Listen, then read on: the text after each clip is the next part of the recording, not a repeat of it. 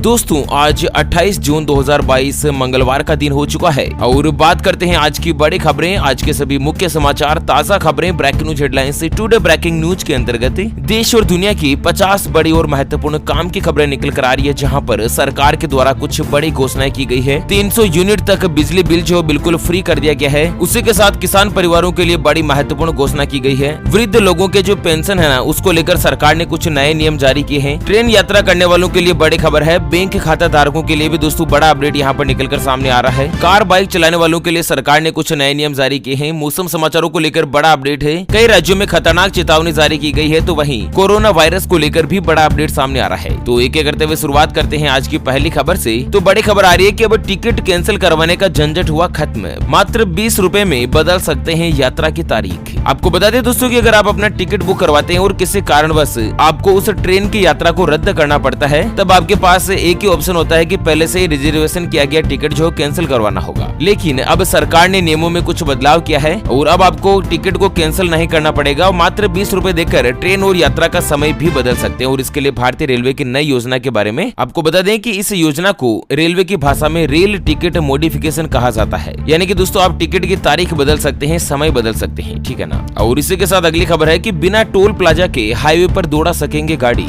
सरकार लेकर आ रही है नया सिस्टम। दोस्तों जब भी हम किसी हाईवे पर जाते हैं ना, तो टोल प्लाजा पर लंबी लाइनों का सामना करना पड़ता है। लेकिन इससे छुटकारा पाने के लिए फास्टैग लाया गया। हालांकि इसके बावजूद भी टोल प्लाजा पर लगने वाली लंबी लाइनों में फर्क नहीं आया। और इसी बीच अब एक ज्यादा हाईटेक होने का सिस्टम आ गया और इसके नाम दिया गया है ANPR, यानी कि ऑटोमेटिक नंबर प्लेट रीडर। ये जो सिस्टम है वो लागू होने वाला है। दरअसल केंद्रीय सड़क परिवहन मंत्रालय एक नया कॉन्सेप्ट लेकर आ रहा है, जिसके तहत national highway authorities of India यानी कि NHAI एक ऐसा ग्रीन फील्ड एक्सप्रेसवे सिस्टम बना रहा है ना, जहाँ पर एक भी टोल बूथ नहीं होगा। मतलब किसी भी हाईवे के ऊपर टोल बूथ नहीं होगा। और इसका सबसे बड़ा फायदा यह है कि व्हीकल के ओनर को उतने रुपए देने होंगे जितना वह हाईवे पर चलाता है। यानी कि जितनी आप हाईवे के ऊपर गाड़ी चलाओगे उतना ही आपको चार्ज देना होगा और ये जो चार्ज है वो ऑटोमेटिकली आपके अकाउंट से काट लेंगे, high security number plate system के मद्देनजर, ठीक है। तो बहुत ही जल्द ऐसा सिस्टम डेवलप हो सकता है। अगली खबर है छात्रों के लिए बड़ी खुशखबरी। अमेरिका में पढ़ाई करने वाले अब वीजा के लिए कर सकते हैं अप्लाई। 14 अगस्त से शुरू होंगे इंटरव्यू। आपको बता दें कि अमेरिका में पढ़ाई करने वाले छात्रों के लिए एक अच्छी खबर आ रही है। इस साल जो भी स्टूडेंट वहां पर एडमिशन लेने वाले हैं उनके लिए वीजा देने की प्रक्रिया जल्द शुरू होने वाली है और अमेरिकी दूतावास ने इसको लेकर एक नोटिस भी जारी किया है। नोटिस के मुताबिक जो भी छात्र जो है वो दोस्तों अमेरिका में रहकर पढ़ाई करना चाहते हैं ना, तो 14 अगस्त से इंटरव्यू स्लॉट खुल जाएंगे और वीजा के लिए आप अप्लाई कर सकते हैं, आवेदन कर सकते हैं, ठीक है। और अमेरिका ही नहीं दोस्तों, यहाँ पर ऑस्ट्रेलिया, कनाडा, ब्रिटेन, जर्मनी और अन्य देशों के सामने भी भारतीय छात्रों को जो वीजा इश्यू होने पर जो लंबा समय लगता था ना, उसे कम करने को लेकर सरकार ने कुछ महत्वपूर्ण फैसले किए हैं। और वहीं अगली खबर है कि भारत से अर्जेंटीना तक खाद्य पदार्थों पर अलर्ट,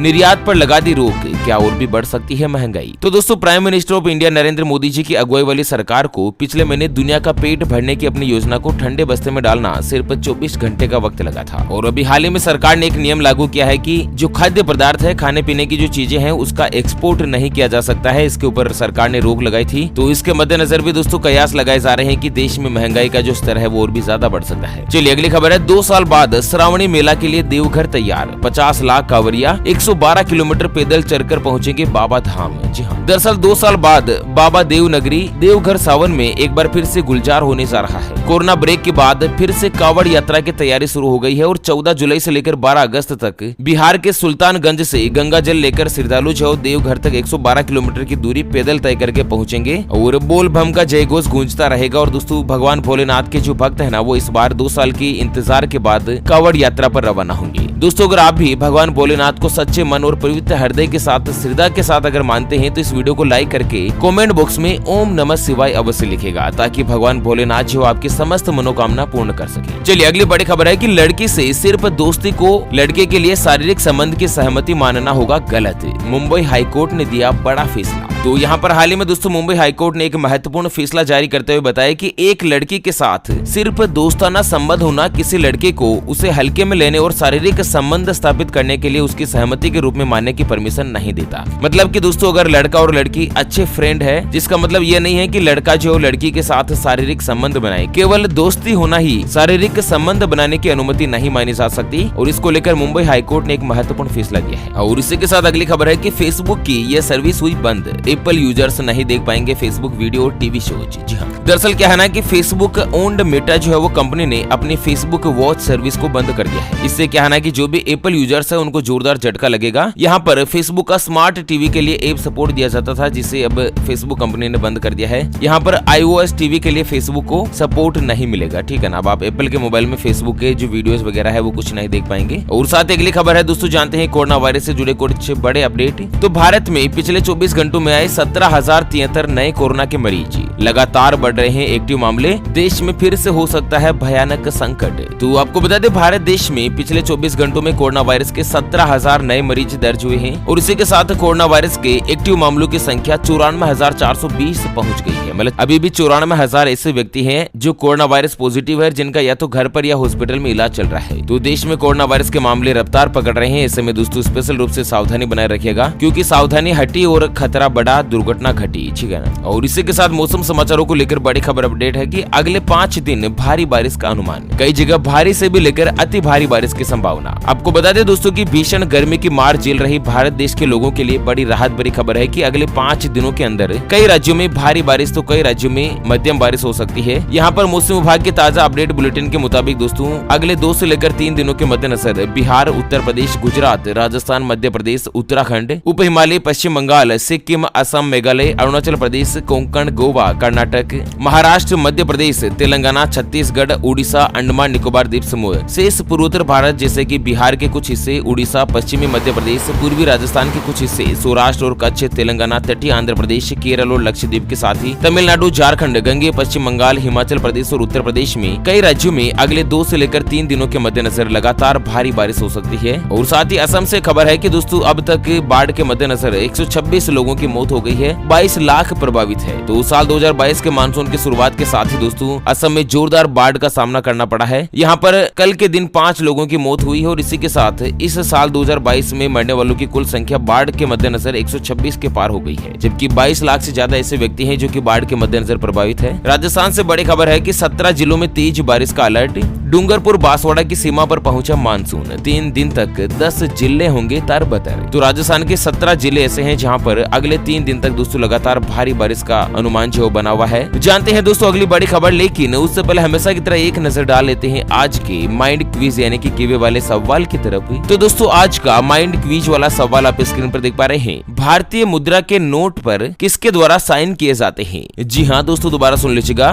भारतीय मुद्रा के नोट के ऊपर किसके द्वारा साइन यानी कि हस्ताक्षर किए जाते हैं? ऑप्शन ए वित्त मंत्री के द्वारा, ऑप्शन बी आरबीआई के गवर्नर के द्वारा। तो फटाफट से लिखना है क्वेश्चंस का सही जवाब इस वीडियो के नीचे कमेंट बॉक्स में। और हाँ, सही जवाब देने वाले किसी एक खास कमेंट्स को सिलेक्ट किया जाएगा हमारी ओपीएस न्यूज टीम की तरफ से, और उसे दिया जाएगा एक 84 दिन वाला मोबाइल रिचार्ज हाथों हाथ बिल्कुल फ्री। चलिए अगली खबर में जानते हैं आज के सोने चांदी यानी कि सराफा बाजार के ताजा भाव। तो दोस्तों आज सोना जो है 302 रुपए महंगा होकर 50,822 रुपए प्रति 10 ग्राम यानी कि प्रति तोला पर आ चुका है, जबकि चांदी 781 रुपए महंगी होकर 60,231 रुपए प्रति किलोग्राम पर आ चुकी है। चलिए अगली खबर आ रही है कि यूपीआई पेमेंट बना लोगों की पहली पसंद। 2022 की पहली तिमाही में हुआ 10.2 ट्रिलियन रुपए का लेन देन। तो दोस्तों भारत की एक ताजा रिपोर्ट सर्वे सामने आ रही है, जिसमें देश भर में यूपीआई पेमेंट मोड में लोगों ने काफी ज्यादा पसंद किया है। और पिछले साल की तुलना में इस साल जो है दोस्तों 90% से ज्यादा बढ़ोतरी देखी गई है। पहली तिमाही में 10.2 ट्रिलियन रुपए का लेन देन जो है यूपीआई के माध्यम से हुआ है। और इसी के साथ अगली खबर है कि 4 धाम यात्रा के दौरान अब तक 201 यात्रियों की हुई मौत। हार्ट अटैक के कारण गई सबसे ज्यादा जान।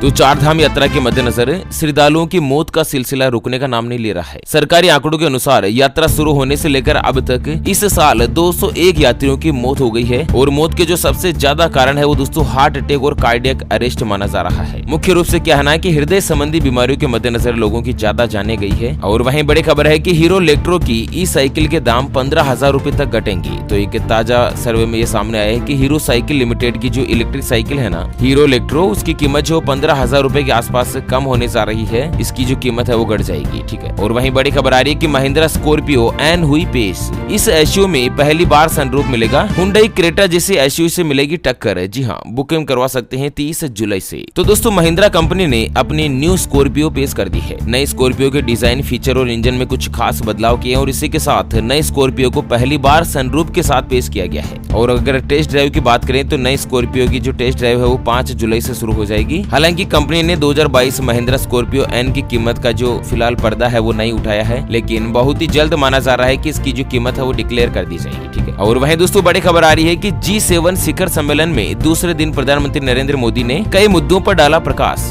तो दोस्तों, G7 समिट 2022 जर्मनी में शिखर सम्मेलन में भाग लेने के लिए प्रधानमंत्री नरेंद्र मोदी जी भी सोमवार को ग्लास एल्मो पहुंच गए और यहाँ पर उन्होंने जर्मन चांसलर से मुलाकात करी। और यहाँ पर दोस्तों, G7 शिखर सम्मेलन में प्रधानमंत्री मोदी जी का भव्य स्वागत किया गया। और जर्मनी में जो G7 शिखर सम्मेलन हो रहा है उसमें जलवायु, ऊर्जा और स्वास्थ्य पर एक सत्र के गृह समर्थक बनने, बेहतर भविष्य में निवेश करने और साथ ही प्रधानमंत्री नरेंद्र मोदी ने हरित विकास, स्वच्छ ऊर्जा, स्थायी जीवन शैली और वैश्विक भलाई के लिए भारत के प्रयासों पर प्रकाश डाला है। चलिए अगली खबर आ रही है पंजाब से कि आम आदमी पार्टी का पहला बजट हुआ पेश। कोई नया टैक्स नहीं, जुलाई से 300 यूनिट बिजली मिलेगी बिल्कुल फ्री। तो दोस्तों, पंजाब की आम आदमी पार्टी ने अपना पहला 1.55 लाख करोड़ रुपए का बजट पेश किया है और बजट में कोई भी नया टैक्स नहीं लगाया गया है। और साथ ही बजट का जो फोकस है वो शिक्षा, स्वास्थ्य और कृषि क्षेत्रों पर है। सरकार ने सभी को जुलाई से 300 यूनिट बिजली जो बिल्कुल फ्री प्रदान करने की अपनी प्रतिबद्धता जो फिर से दोहराई है, यानी कि पंजाब में अब रोज के 10 यूनिट बिजली के बिल्कुल फ्री में मिलेंगे, ठीक है। और साथ ही अगली खबर आ रही है ममता बनर्जी का बड़ा ऐलान। कृषक बंधु योजना के तहत 89 लाख किसानों के बैंक अकाउंट में भेजे जाएंगे रुपये। तो पश्चिम बंगाल के मुख्यमंत्री ममता बनर्जी ने कल सोमवार को अपने पूर्व बर्धमान जिले के दौरान 89 लाख किसानों के अकाउंट में कृषक बंधु योजना के 2385 करोड़ रुपए सीधे उनके बैंक अकाउंट में ट्रांसफर करने की प्रक्रिया शुरू कर दी है। और साथ ही दोस्तों, छात्रों को यहाँ पर 10 लाख रुपए का स्मार्ट कार्ड दिया जा रहा है। विद्यार्थियों के लिए सरकार कई योजना लेकर आई है। दिल्ली से बड़ी खबर है कि दिल्ली के मोहल्ला क्लिनिक में लगेगा कोरोना वायरस का टीका। प्रशिक्षित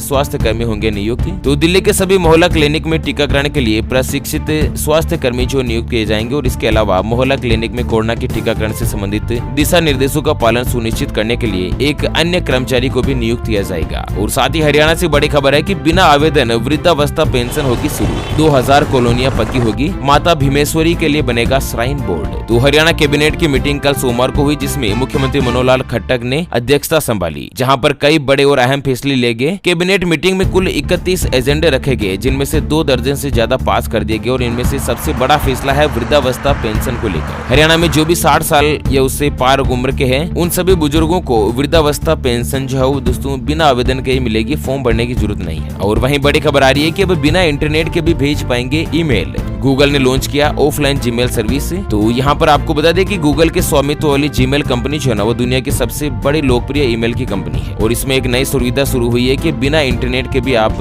ऑफलाइन ईमेल काम में ले सकेंगे। और इसके लिए ऑफलाइन जीमेल के नाम से एक नई सुविधा शुरू की गई है, ठीक है ना। दोस्तों, आप जीमेल खोलोगे ना तो इसके लिए आपको इंटरनेट कनेक्शन की भी जरूरत नहीं होगी। आपका जीमेल अकाउंट बिना इंटरनेट के ही खुल जाएगा। और वहीं बड़ी खबर है कि फैमिली पेंशन के लिए सरकार ने बनाया नया नियम। सरकारी कर्मचारी के घर वालों को मिलेगा कुछ बड़ा फायदा। तो दोस्तों, अगर कोई भी सरकारी कर्मचारी लापता हो जाता है तो उनके घर वालों को पेंशन के लिए लंबा इंतजार नहीं करना होगा। और इस बात का इंतजार भी नहीं करना होगा कि सरकार उस कर्मचारी को पहले मिसिंग घोषित करेगी, तब जाकर फैमिली पेंशन शुरू हो पाएगी। अभी क्या है ना कि सरकार किसी भी लापता कर्मचारी को मृत तभी घोषित करती है जब 7 साल पूरे हो जाए, यानी कि 7 साल तक इंतजार किया जाता है। तो उस नियम को बदल दिया गया है। और वहीं कर्नाटक से बड़ी खबर है कि होटल स्टे, अस्पताल के खर्च से लेकर घर के बर्तन तक हो सकते हैं महंगे। समिति ने की GST रेट बढ़ाने की सिफारिश। तो दोस्तों, होटल में रुकना, अस्पताल का खर्चा, पानी के पंप, घर के बर्तन सहित कई अन्य जो प्रोडक्ट है और ये जो सर्विस है ना, वो दोस्तों महंगे हो सकती है कर्नाटक में। इस तरह से कर्नाटक के GST टैक्स में कुछ बड़ा बदलाव होने जा रहा है। ओके फ्रेंड्स, इसी के साथ आज के मुख्य समाचार, ताजा बड़ी खबरें, breaking news headlines, today breaking news के अपडेट वीडियो को फिलहाल के लिए यहीं पर देते हैं विराम।